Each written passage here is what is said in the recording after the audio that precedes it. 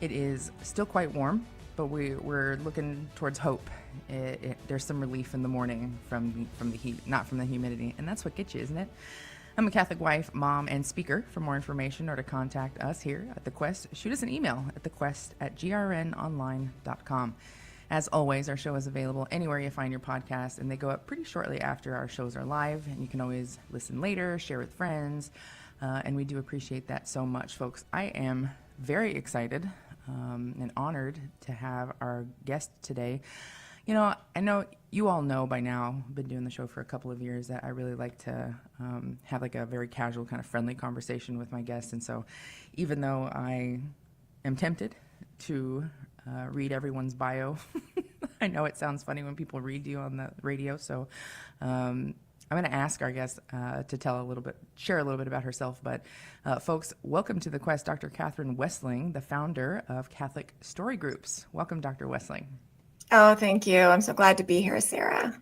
I'm super excited to have you on, and I can't wait to share with our listeners what Catholic Story Groups are all about and your background. But first, if you don't mind, can you tell us a little bit about your educational background? And I read that you like to do research and that you're a researcher, and that really intrigues me. So if you could share a little bit about that too, that would be fabulous.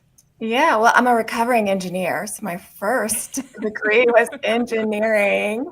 But I realized I knew nothing about human beings, and I was working in an environment that involved other human beings. I went to an engineering school where there was no other degrees. So literally I was ill-equipped. So then I went, did a PhD in consumer behavior. So I studied behavior initially in purchase environments and why people overconsume and the environmental context of overconsumption.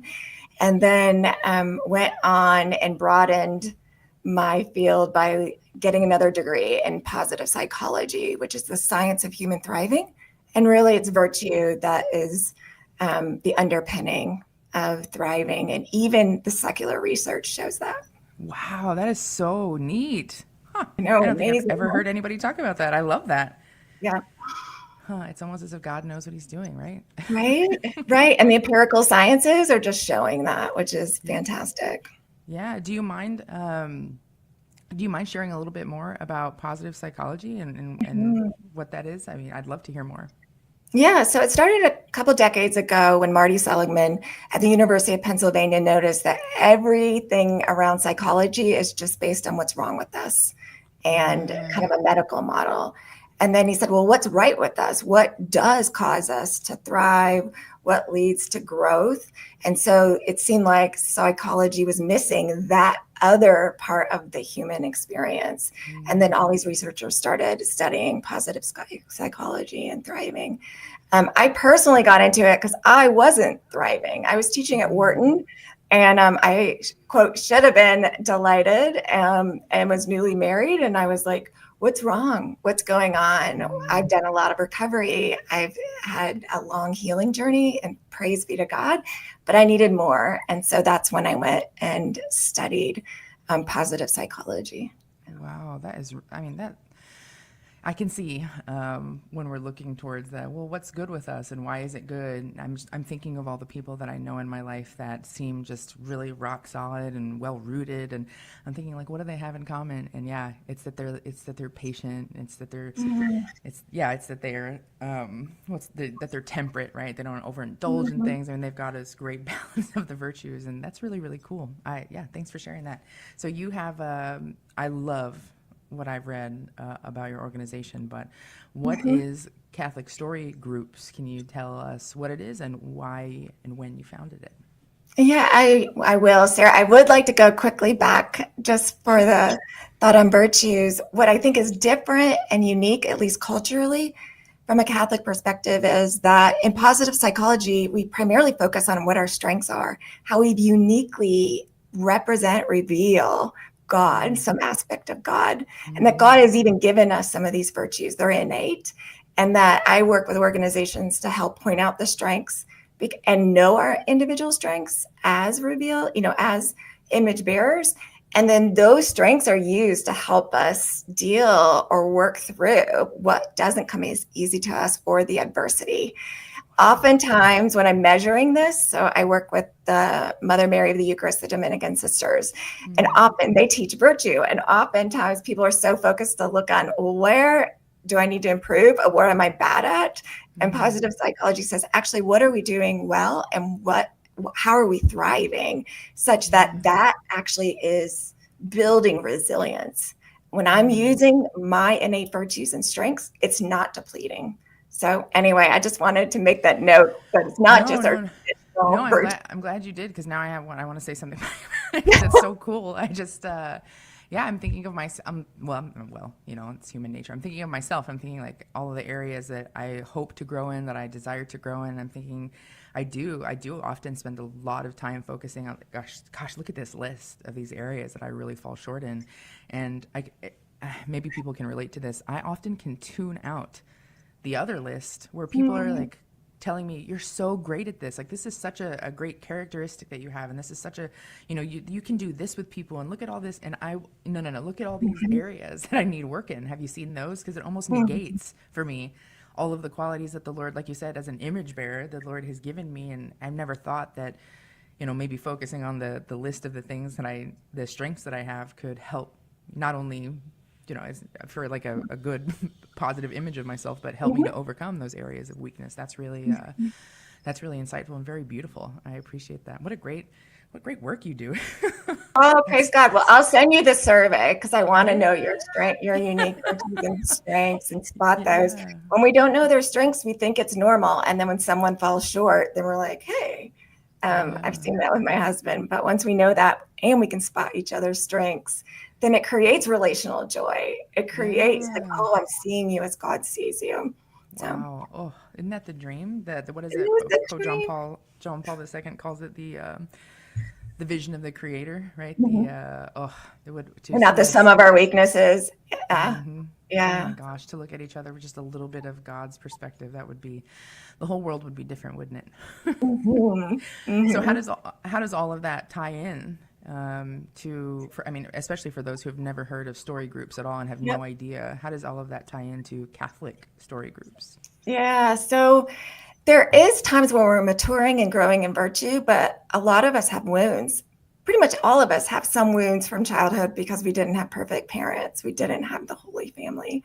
And so in story groups, we dive into our stories, usually of harm from childhood, and we allow others to see us and to experience us. Sometimes the messages we took from childhood are not really how God sees us. And so this group, the body of Christ that is connecting, we're connecting as a group, they reflect how God looks at us in some of our hardest experiences. And then when we blow it out, we're like, oh my gosh, our story actually models salvation history of that. You know, there's been a shattering, right? Like there was a shalom, this peace, and this comes from Dr. Dan Allender's work, in the garden. And then there's this shattering, the sin enters the world and harm happens. And then we're seeking shalom, we're seeking this peace, which happens in childhood of like, we may have had an overwhelming experience. No one was there to help us work through it. And we're stuck still in our lives today, looking for shalom, looking for comfort, looking for relief. It's not going to be there unless it's with God. And so we're trying to find Eden, still finding Eden, but we don't know it. A lot of it's non-conscious until we know our story. And so writing our story helps us become aware of that, of how we're looking for God in other ways.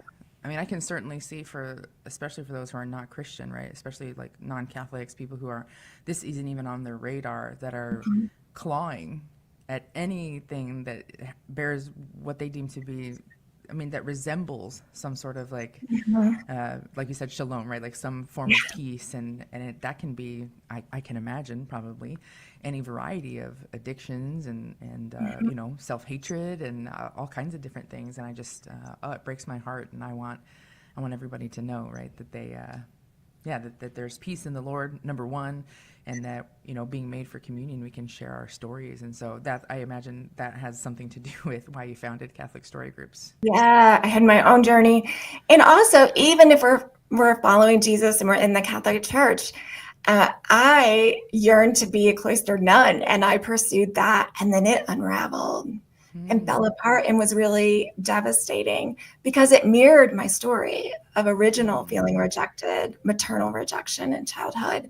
And then I thought it was going to be Eden, right? Theologically, we say, oh, a cloistered nun, a nun is the foretaste of heaven. They get to have the spouse of Jesus. But I didn't know that in some ways I was replaying my story, my motivations and desires, although I thought were holy, there were still parts of it that I was trying to recreate. And yes, there were holy desires, but also my story was being reenacted in that situation as well. Wow, I'm sure a lot of people can relate to that, and probably unknowingly. Mm-hmm. If you're just tuning in, we're with Dr. Kathryn Wessling, the founder of Catholic Story Groups. And folks, if you are familiar with my style here on The Quest, you'll know that I've got lots and lots of great questions for her, and you can look forward to our conversation. But if you want more information now, you just can't wait. You want to check it out, you can visit their website at CatholicStoryGroups.com. Again, we're with Dr. Kathryn Wessling, the founder of Catholic Story Groups. I cannot wait to unpack all this great information she has in her brain. You're lucky to be tuning in today here. I'm your Monday, Thursday host of The Quest, Sarah Soto, Catholic wife, mom, and speaker. Shoot us a message at thequest@grnonline.com if you have any questions. Otherwise, we will be back after a very short break.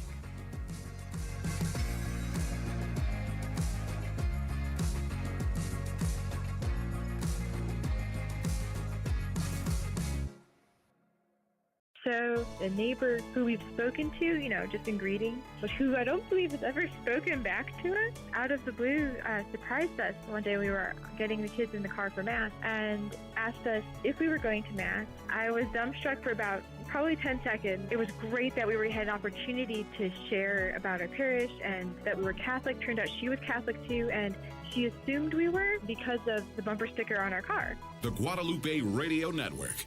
Radio for your soul. Hey, Keith Downey here, host of Morning Joy, where truth matters. Our brothers and sisters in Florida have had a rough time recently. First Hurricane Helene, then Hurricane Milton, and now maybe a third hurricane? On the next episode of Morning Joy, we'll talk with friend of the show and returning guest, JJ Necro, who lives there in Florida and has experienced the devastation firsthand. How can we make it a joyful day in the midst of disaster?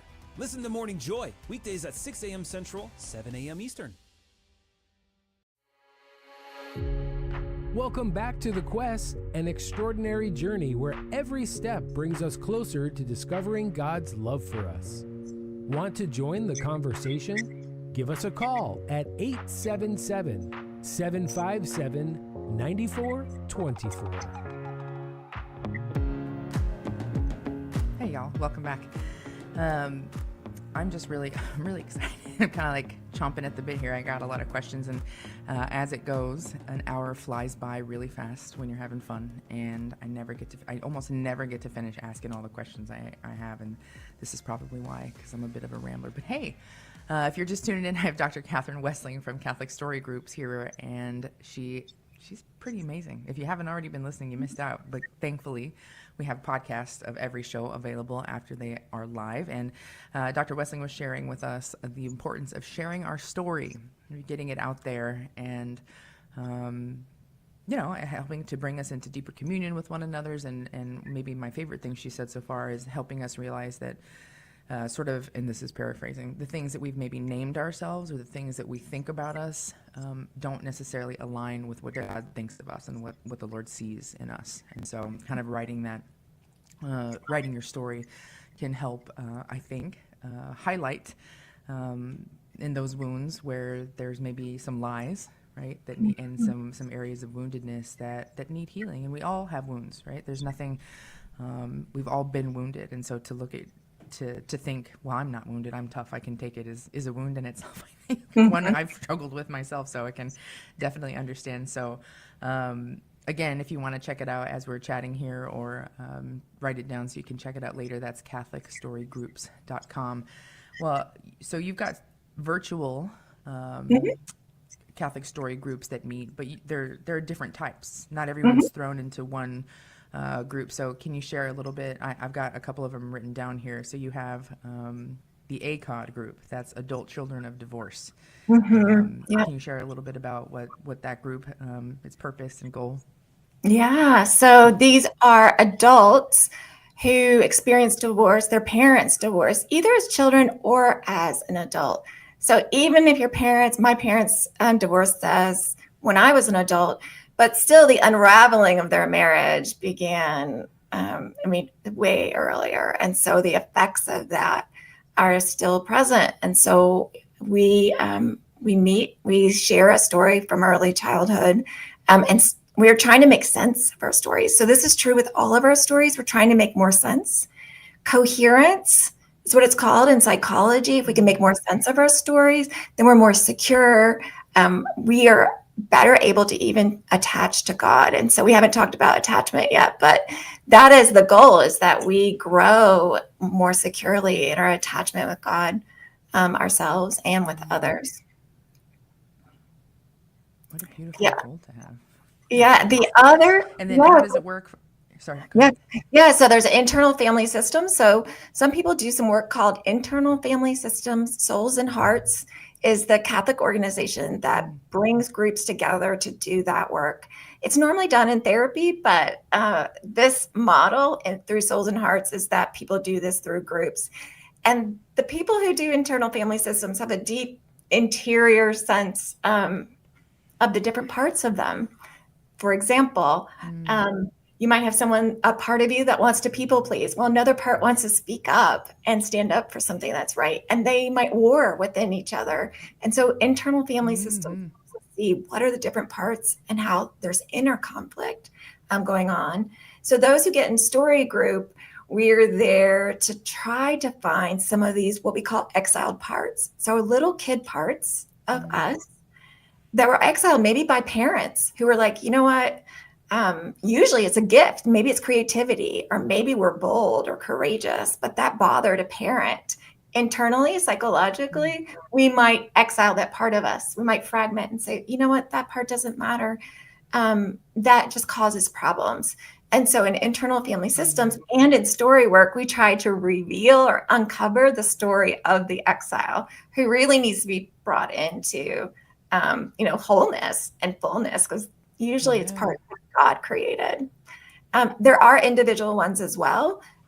So even if someone's not an adult child of divorce, people have asked me about one that's towards addiction or one's towards sexual assault in childhood. And so we do have a wait list. So if that's something you're interested in, we might do in the future. And then an adoptee group for an adults who were adopted as children. I'm an adoptee, so I have a special place in my heart to be able to start a group for adoptees.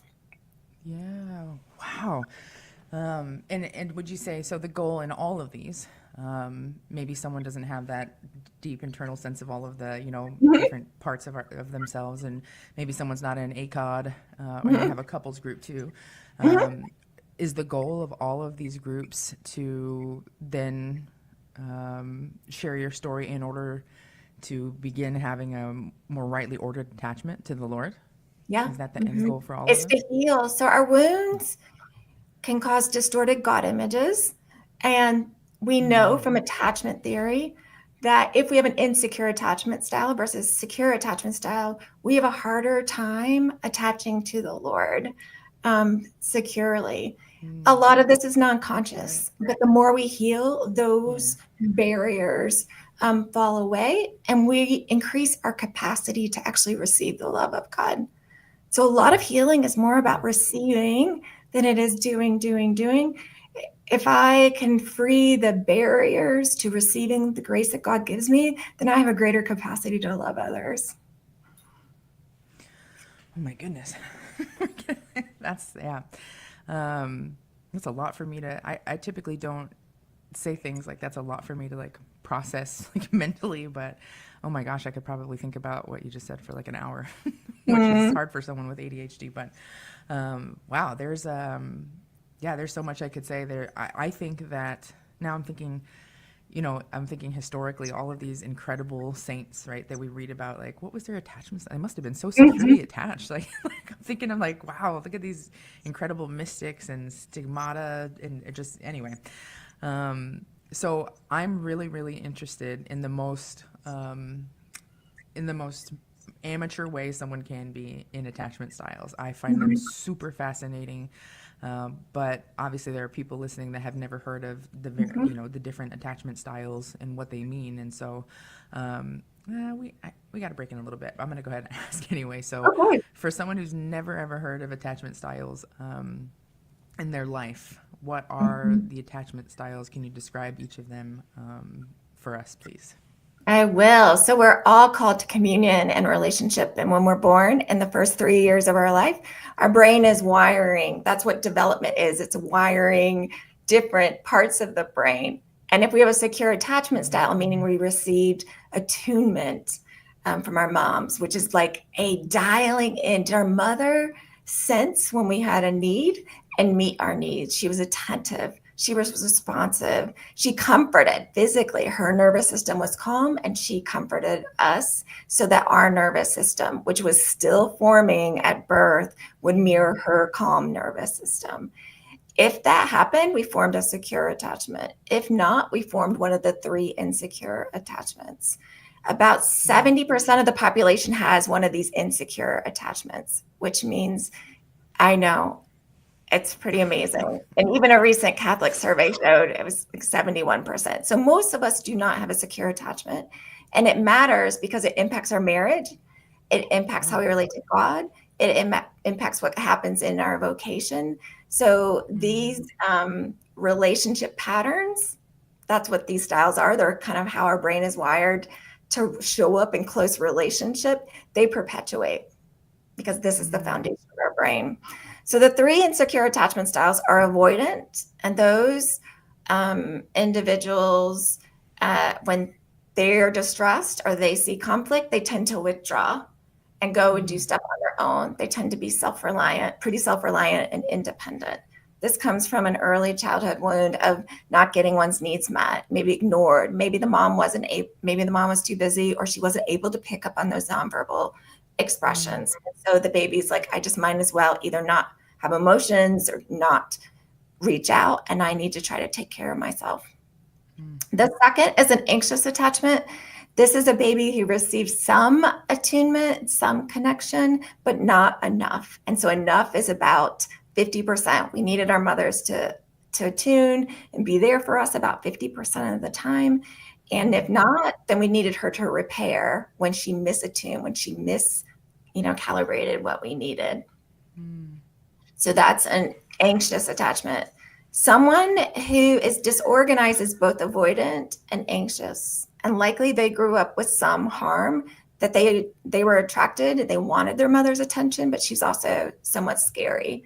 This can happen in mental illness. The mother is abusive, shaming. It can happen with an addiction, unresolved grief, trauma, depression. Wow. Oh, that's And the good news is we have neuroplasticity and we can heal and we can change, which is the good news. But we have to be aware. Yes. Yeah. That's the key, right? It's like if you have no idea, then you just keep perpetuating the same sort of right, fleeing or shutting down or whatever it is over and over. Why can't these relationships work? Like, why do I keep doing the same, making the same mistakes, or choosing the same types of people and those things? And so, awareness is huge. But I'm thinking, so our son is, we're celebrating his 2nd birthday this weekend. And I'm thinking, like, he's got to be securely attached, right? Like, he's got to be securely attached to me. He's securely attached to me. He's not in the 70%. I think my generation is trying to. I think at least a lot of the moms my age that I know, they are more aware of these attachment styles and trying to do better. And not that my mom's a bad mom. Love her. Shout out, Mom. But yeah, no, it's very, it's hard. I mean, my mom she was 17 when she became pregnant with me. She wasn't married. And so it's like, fight or flight, growing up together, kind of we're both kids at the same time. And so I think she did the very best she could. But yeah, there's definitely some healing that needs to be there. And I think it's already begun, but thank God for story work and attachment. So how, like, if someone is securely attached versus one of the other insecure attachments, which apparently the vast majority of us are, how can either of those play into say like married life or priestly or religious life, or consecrated life? I'm securely attached, what does that mean for me as a priest? Or I'm insecurely attached, what does that mean for me as a husband or a wife? Can you expand on that a little bit for us? Yeah, I love that you asked that. My husband has a secure attachment style, so which is amazing. Must be nice. I know. So, and I have what's called an earned secure attachment. So I had a disorganized attachment. I've been on a healing journey for more than a decade, and now have what's called an earned secure attachment, meaning we've done the work in order. I earned it, not really, but God's grace, but it didn't come through infancy. So that's how the researchers call it. But my husband and I do a lot of story work together. You mentioned that we do married story groups, and that's how we started, is that we would see how the attachment styles triggered one another. So if one spouse is avoidant and one's anxious, the anxious cannot handle the disconnection. So they pursue their spouse, but the avoidant is terrified and kind of will withdraw in order to regulate their nervous system. So the anxious will follow them to the bathroom, and they're like, "Oh, I can't get away." And I've never done that, folks. Never, ever in my life. No, I'm just kidding. Never, the disconnection is so uncomfortable. And so then they trigger one another. And so if we slow down and we understand one another's stories, then there's compassion on both sides. And we realize we're not arguing with our 35-year-old wife or husband. We are arguing with a 6-year-old. And that this is coming from a wounded place. And so then there's compassion. And when there's compassion, then there's an opportunity to actually heal in marriage. And that's where I see marriage as a sacrament of healing, because we can actually, if we show up securely for a spouse and are there for them, then it can be really healing. But otherwise, it kind of reinforces the old wounds. Oof. All right, more on that in a second. That's why we should all keep photos of our spouse as a child on our phone backgrounds to remind us.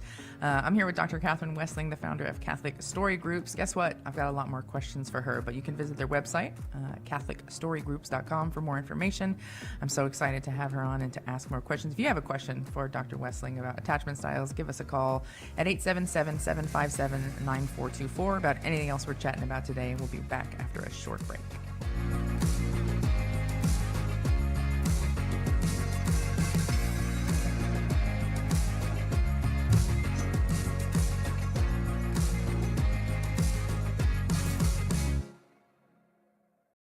This is Life News Radio. I'm Jim Anderson. Congressman Chris Smith is acting on reports that pro-life activist Heather Idoni, convicted in peaceful abortion protest, is suffering mistreatment at the hands of U.S. Marshals. Various issues, including threats of unreasonable prison transfer restraints, denial of diabetic and other medical care, and prison conditions, may even be violating international law. The Democrat presidential ticket is campaigning on the elimination of the Electoral College. The Electoral College made it feasible for smaller or more agrarian states to form a United States with more densely populated industrial states with more banks, businesses, and investors. However, meeting at Governor Gavin Newsom's home last week, Governor Tim Walz told big money California campaign donors, "I think all of us know the Electoral College needs to go." This is Life News Radio. Think about the trouble we're in this culture. Then imagine for a moment that your ancestors examined the public record of whether you voted or not. Think what it might mean to those future generations to discover that you had nothing to say about the future they live in. Without even faith or ethics, you can see why voting is a moral obligation. Vote for a culture of life. A Dallas-based medical association of OBGYNs is calling for states, like Texas, to repeal pro-life laws. The American College of Obstetricians and Gynecologists condemns pro-life groups for saying that recent abortion deaths are the result of abortion industry rhetoric. Dr. Ingrid Scope says most doctors know that pregnant women are always entitled to appropriate care under pro-life laws, regardless of their medical history. But that is something that the abortion industry denies for political effect. For pro-life headlines delivered to your email address daily, sign up at lifenews.com. This has been Life News Radio. You're listening to The Quest, a pilgrimage of faith. Have a question or something to share? Call the show live at 877-757-9424. Hey, y'all. Welcome back. I'm with Dr. Kathryn Wessling, the founder of Catholic Story Groups. I always am so tempted to say foundress, because usually when you talk about like the female founder of a religious order or something, you always get to say foundress. But nowadays it's such a, I don't know, everyone's equal or something. So the founder of Catholic Story Groups, Dr. Kathryn Wessling, sharing some really amazing stuff with us. If you're just now tuning in, about the importance of our stories, sharing our stories, having our stories received, how that can be healing. And she was sharing with us all about attachment styles, the different attachment styles. And I kind of want to ask, especially as a mom of a little tiny person, if our attachment styles can impact our relationships throughout the rest of our lives, what advice do you have, if any, for moms and dads? Well, obviously you're talking about mothers and how that attachment style is formed, but how can you talked about like responsiveness, right? And like helping them attune, but practically in the hustle of day-to-day life, like how can we as moms do our best to help our children attach to have a healthy attachment? Mm-hmm. Yeah, I don't know if you're going to like the answer, but it's becoming more secure ourselves, becoming more securely attached. So it's, if we care about our children, it's not about necessarily doing things different with them. It's becoming more secure ourselves. Our nervous system is contagious to our little ones.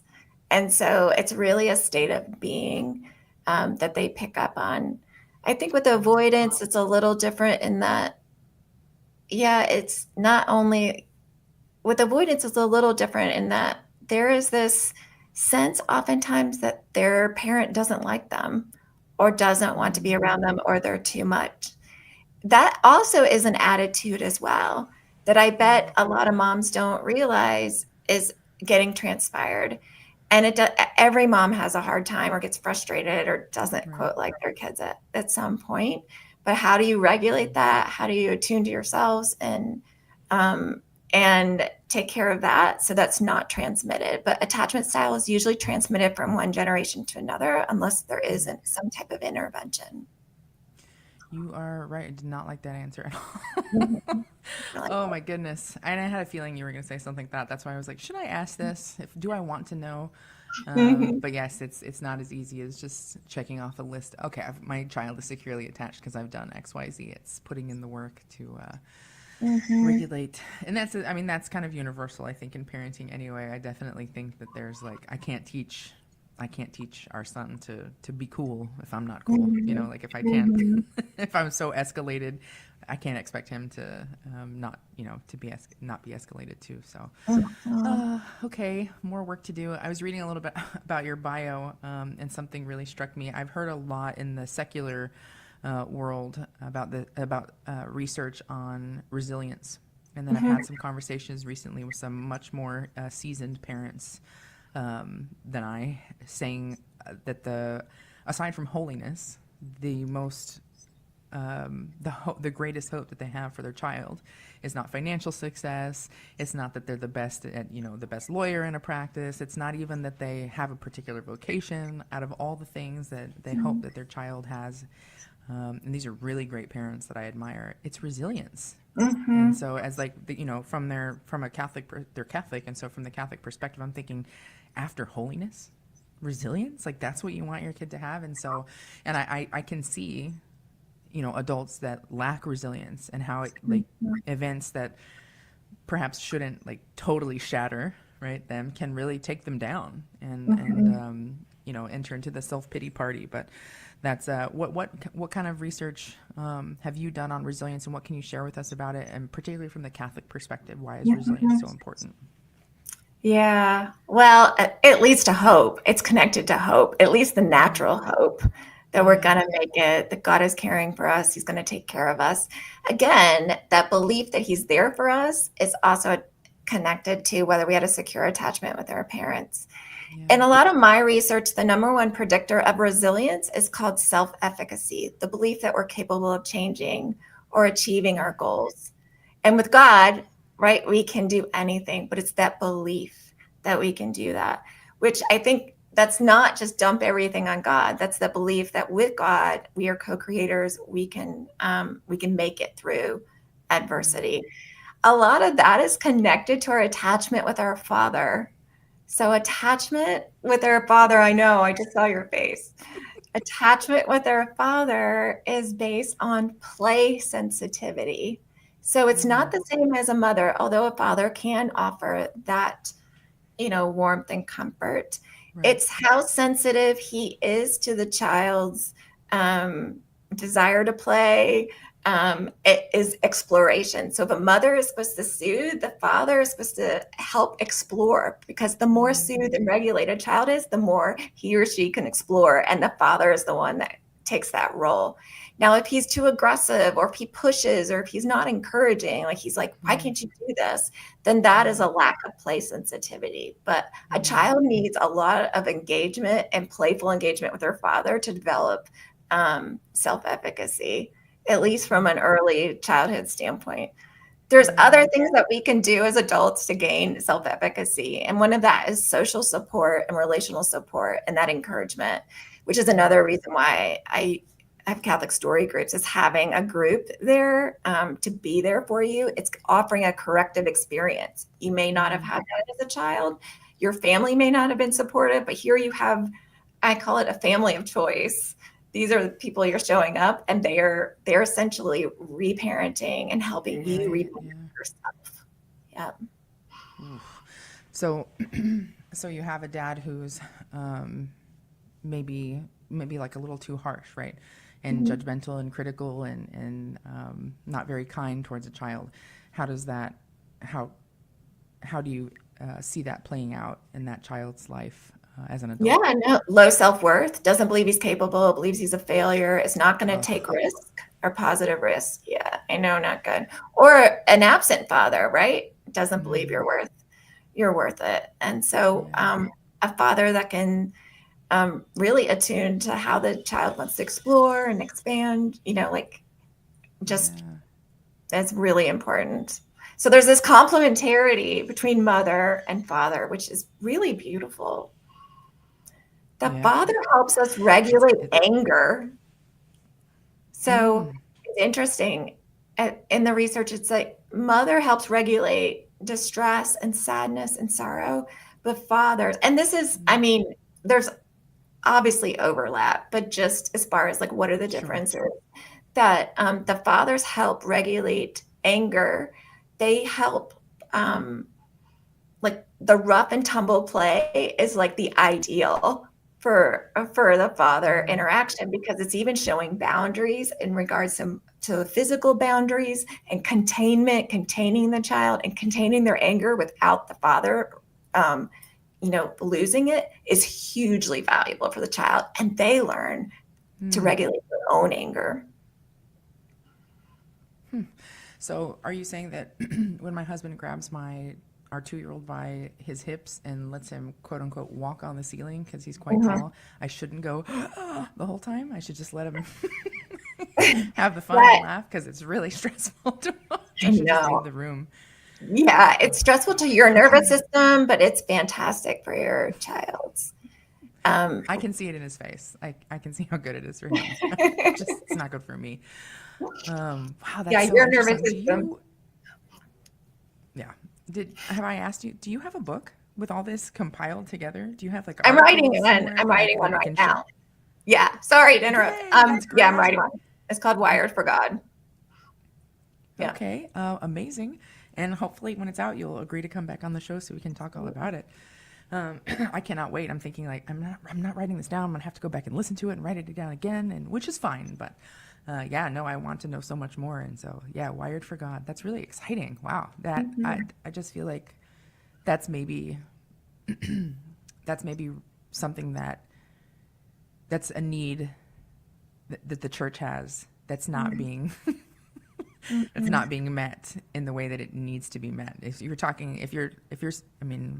I don't think you're not serious, but if you're serious about 70% of people having a, what is it?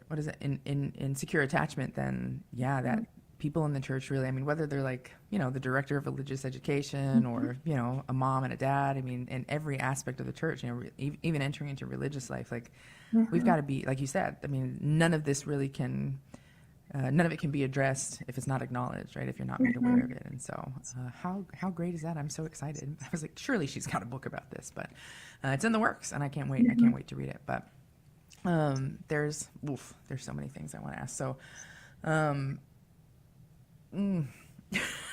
all right. I know there's only, it just, the time flies by so fast. So people who are like, I really want to share my story. I really want to get into a Catholic group and share my story because I want to work on my internal family systems, or like for me, for example, my parents divorced, and we actually had Dan from Life Giving Wounds on the show a while back, and we talked about my parents separated and divorced when I was 4, I think right before my 5th birthday. And so obviously it's like a really long time ago. I have almost no memory of it, but it has impacted me and every relationship and friendship even that I've had.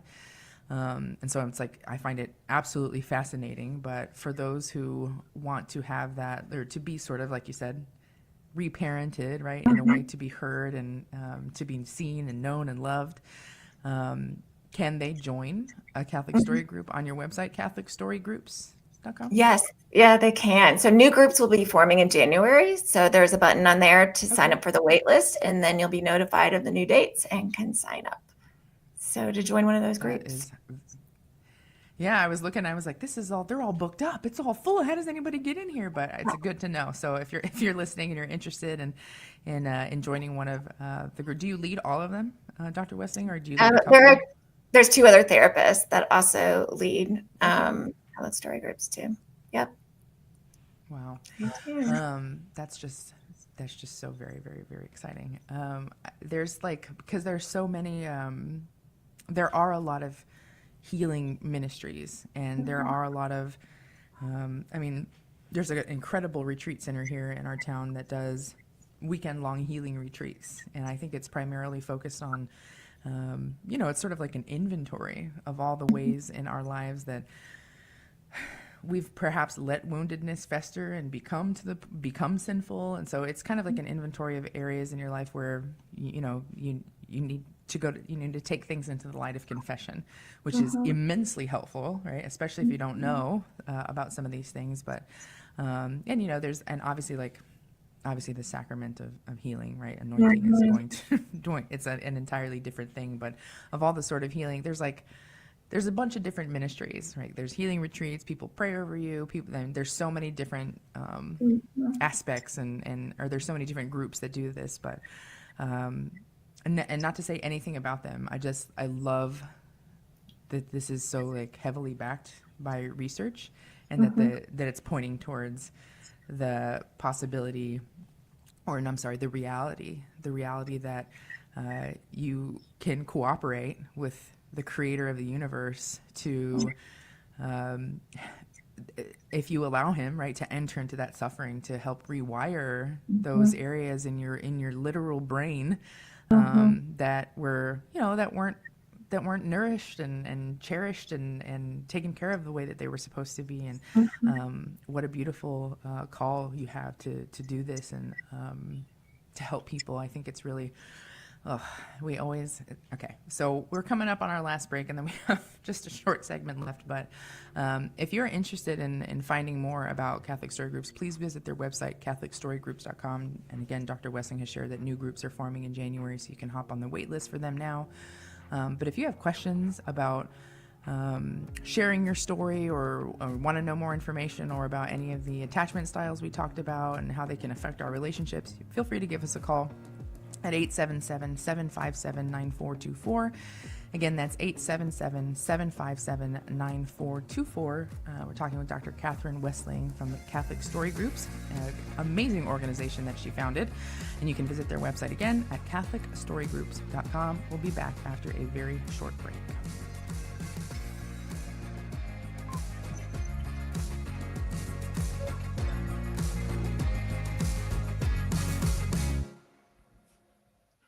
This is Franciscan Media's Saint of the Day for October 14th.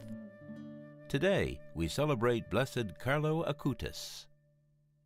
Though Carlo's wealthy parents had their son baptized soon after his birth in 1991, they were not particularly religious. Carlo's questions about faith prompted them to arrange for him to make his first communion at age 7.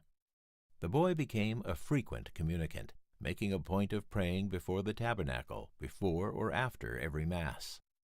At school in Milan, Carlo comforted friends whose parents were undergoing divorce and defended disabled students from bullies. Considered a computer geek by some, Carlo spent 4 years creating a website dedicated to cataloging every reported Eucharistic miracle around the world. But he also enjoyed films, soccer, and playing video games. Diagnosed with leukemia, Carlo offered his sufferings to God for the intentions of the Pope and the entire Church.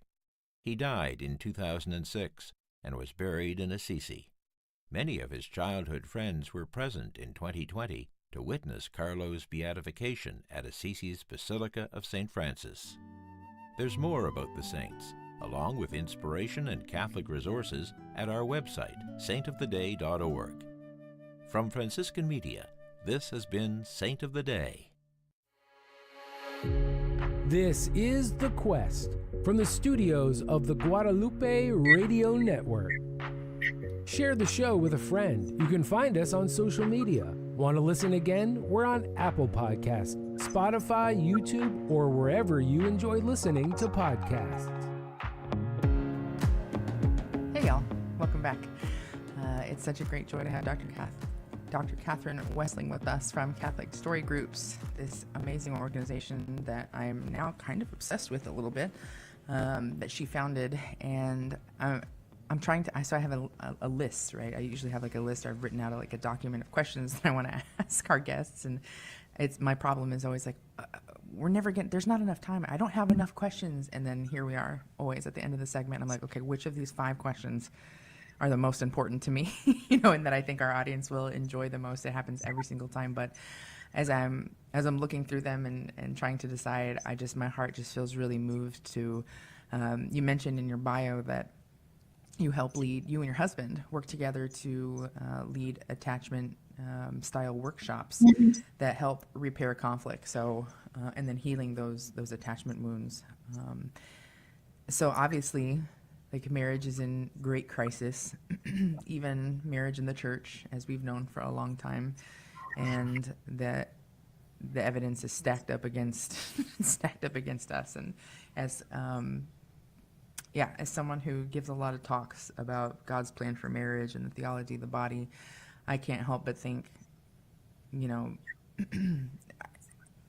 the best that I can offer in like a 45-minute talk, to a bunch of college students is never going to add up and help, heal wounds and conflicts between married couples. It's just not. So you have to put work in, like you were talking about. You have to actually put the work in and cooperate with the Lord, who is the healer, right? The great physician. But knowing that, or believing that you can change, believing that you can be better, and along with with the Lord is it's so essential. So I think with our last little segment here, I want to ask what do you, for couples that are in great crisis, for couples who are using the D word, and they put it on the table, for couples who are, basically they can't communicate with each other, and do you feel that those attachment style workshops are a good resource for them? The people that are like, if they're open to it, but they're barely clinging on in their marriage, and that's like the last shred of hope that they have. What kind of because it's not a replacement, right, for like regular counseling, but like in these workshops, how do you even begin helping a couple who is in such great conflict and non-communicative with each other? It's a very long, loaded question, but I hope you know what I mean. Yeah. So there are assessments out there about attachment style, and I work with Mylan and Kay Yurkovich. They have a book called How We Love, They're a they're a Christian therapist, and they've been recommended by priests, and they do phenomenal work. And I also work with them on a research standpoint, but we also use their materials. And I think people just understanding that their problems in marriage began way before they met this person, most of the time, and that their attachment needs are not getting met.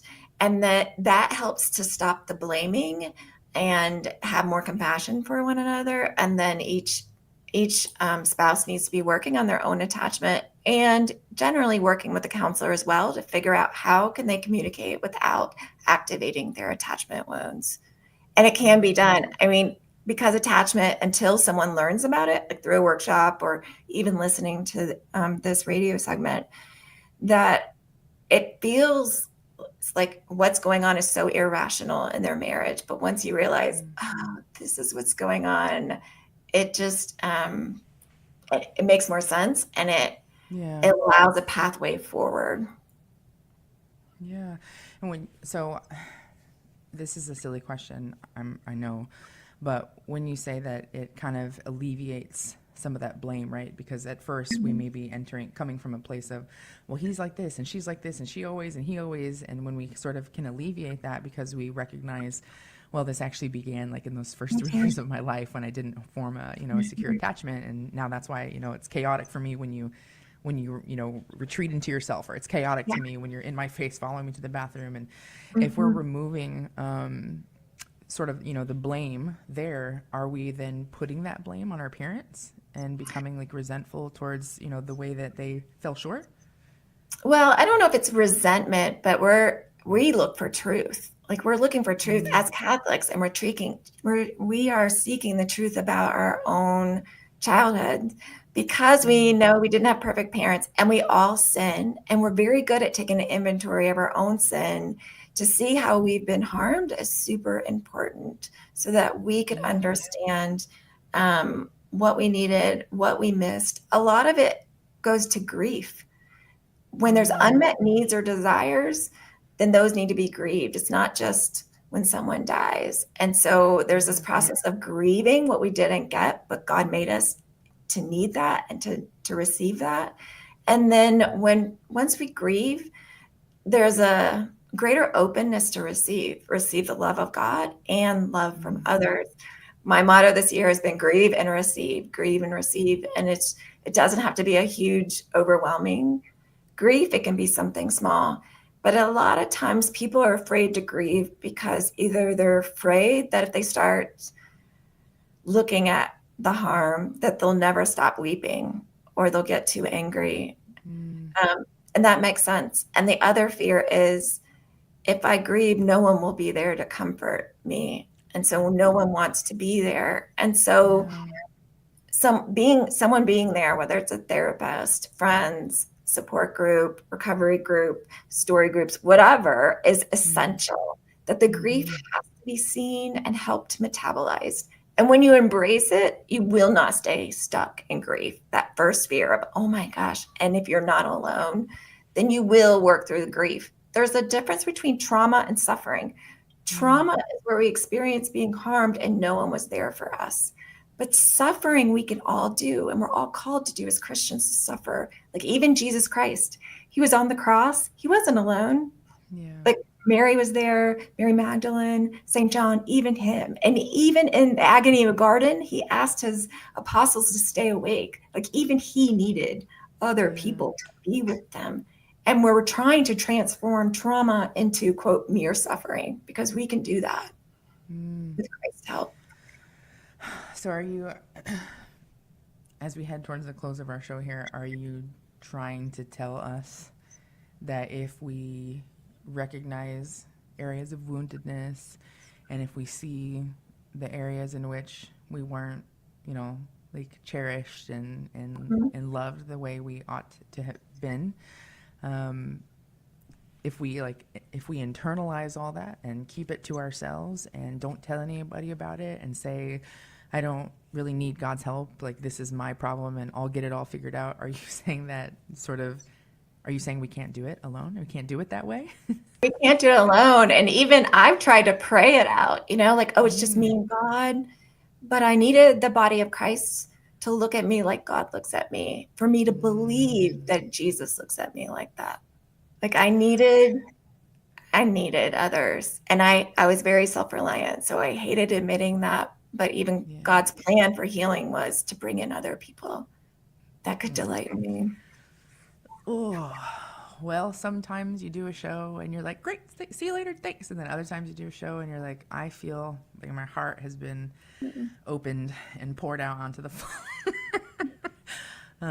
But that's good news because we're not meant to be alone. And so for those of you, especially who are feeling very isolated and that you can take it all on your own, just know that the research shows that you ought not to do that. And that I'm just so grateful. So if you tuned in late or if you're just catching some of the show here, we've had Dr. Kathryn Wessling on. She's the founder of Catholic Story Groups. Folks, it's important to share your story. It's important to get it out there for healing and so that you can have the body of Christ look at you with the eyes of the Creator, which is essential for us to feel loved, seen, and known. As always, it's been a great joy to be with you all here. Visit CatholicStoryGroups.com. They have new groups starting in January, so don't wait. Get on their wait list because apparently everything's booked up, so you want to get in now. There's all different kinds of groups on there. Again, visit CatholicStoryGroups.com for more information. Dr. Wessling, it's been a great joy to speak with you, and I so appreciate you coming on the show today. Thank you, Sarah. God bless you as always. Thanks for listening. Download our app, the Guadalupe Radio Network app, or listen online at grnonline.com. Thank you so much. We're here Monday through Friday, 4 p.m. Central, 5 p.m. Eastern. Thank you as always for listening, and God bless you.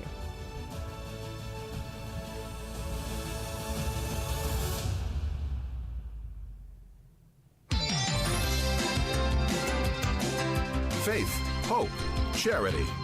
This is the Guadalupe Radio Network.